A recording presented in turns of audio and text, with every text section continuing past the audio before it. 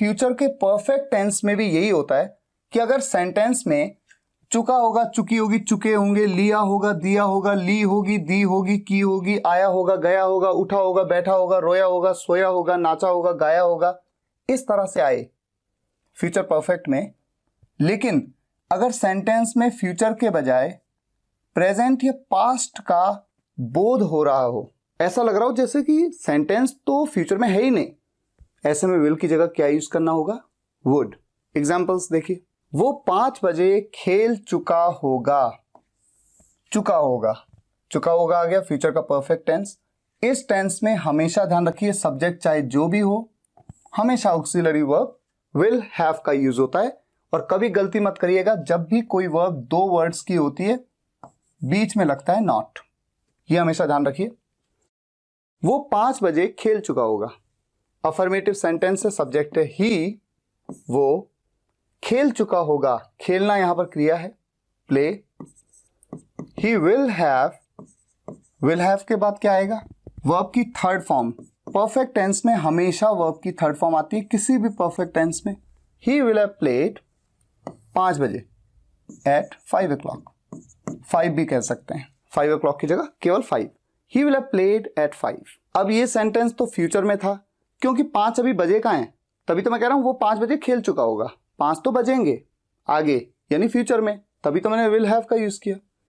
लेकिन इस सेंटेंस में देखिए, जब मैं कहता हूं वो अब तक खेल चुका होगा, यानी अब तक मतलब इस समय तक, ये जो प्रेजेंट है इस समय तक तो खेल चुका होगा, यानी ये तो बीते कल की बात हो गई, यानी खेलने का काम तो वो ऑलरेडी कर चुका होगा बीते कल में, इस पल से भी पहले, तो फ्यूचर की तो बात ही नहीं हो रही।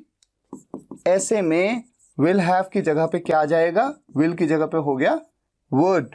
ही वुड हैव, और बाकी सेंटेंस तो बिल्कुल वैसे ही बनेगा, ही वुड हैव प्लेड। अब तक को क्या कहते हैं? By now.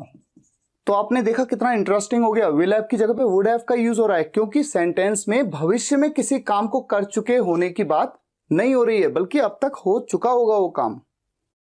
कल सुबह वो अमेरिका निकल चुका होगा। कल सुबह के लिए तो मैं सिंपली कह दूं टुमारो मॉर्निंग, ये हो गई बात। अच्छा, कल सुबह वो अमेरिका निकल चुका होगा, तो कल सुबह यानी कि फ्यूचर की ही बात हो रही है। चुका होगा, चुकी होगी, चुके होंगे। निकलना, निकलने को लीव कहते हैं। कौन निकल चुका होगा? वो निकल चुका होगा। He will have left, leave की थर्ड फॉर्म होती है left. He will have left कहां के लिए? अमेरिका के लिए, फॉर अमेरिका।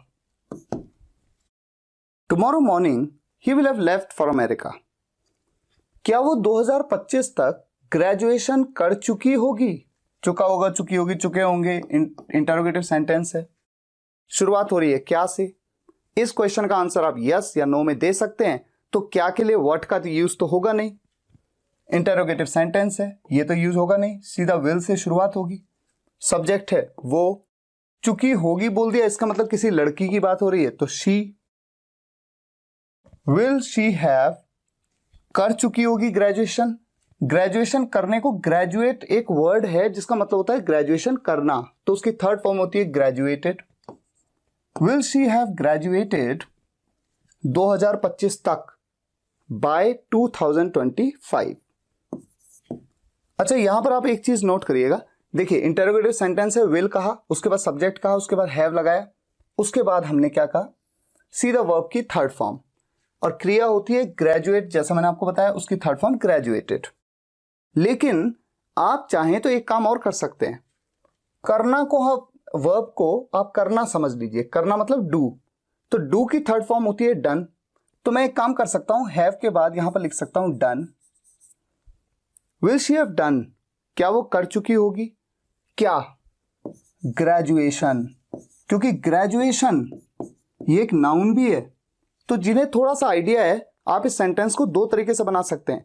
एक तरीका तो ये है, will she have graduated by 2025, या फिर will she have done graduation by 2025। Next sentence, आप में से कितने अगले साल तक जॉब पा चुके होंगे? इस सेंटेंस को आपको बनाना है। आप चाहे तो वीडियो को पॉज कर सकते हैं, रिलैक्स होकर के सोचिए और बनाइए। चुका होगा, चुकी होगी, चुके होंगे, ठीक है, फ्यूचर का परफेक्ट टेंस है। क्या करने की बात हो रही है, किस काम को करने की बात हो रही है, जॉब को पाने की बात हो रही है। पाने को हम कहते हैं फाइंड, जॉब फाइंड करना, पाना, या गेट, गेट भी यूज कर सकते हैं। इसकी थर्ड फॉर्म फाउंड होती है, फाउंड का यूज करेंगे क्योंकि इस टेंस में तो हमेशा वर्ब की थर्ड फॉर्म का यूज होता है। ठीक है, सेंटेंस इंटरोगेटिव है। अब जब मैं आपसे पूछ रहा हूं आप में से कितने अगले साल तक जॉब पा चुके होंगे, तो आप कह सकते हैं हम 5 लोग जॉब पा चुके होंगे, यानी सब्जेक्ट कौन हुए, फिर पाने का काम किसने किया, हम 5 लोगों ने। यानी जब मैं कह रहा हूं आप में से कितने, तो मैं सब्जेक्ट के बारे में ही पूछ रहा हूं कि कौन है वो लोग जो पा चुके होंगे जॉब। ऐसे में सेंटेंस इंटरोगेटिव है, लेकिन स्पेशल केस में आएगा WH फैमिली मेंबर, जो कि सब्जेक्ट के बारे में ही पूछ रही है। WH फैमिली मेंबर क्या है, आप में से कितने। WH की वीडियो में बताया था क्या कहते हैं आप में से कितने को, हाउ मेनी ऑफ यू। उसके बाद विल हैव। अच्छा, यहां पर विल हैव भी आएगा ना, एक बार देख लीजिए, कहीं ऐसा तो नहीं कि वुड हैव आएगा। सोचिए, आप में से कितने अगले साल तक जॉब पा चुके होंगे, अगले साल तक, फ्यूचर की बात हो रही है, इसका मतलब विल हैव ही आएगा। How many of you will have, verb की third form found the job, क्या पा चुके होंगे, job. How many of you will have found the job, अगले साल तक, by next year. How many of you will have found the job by the next year.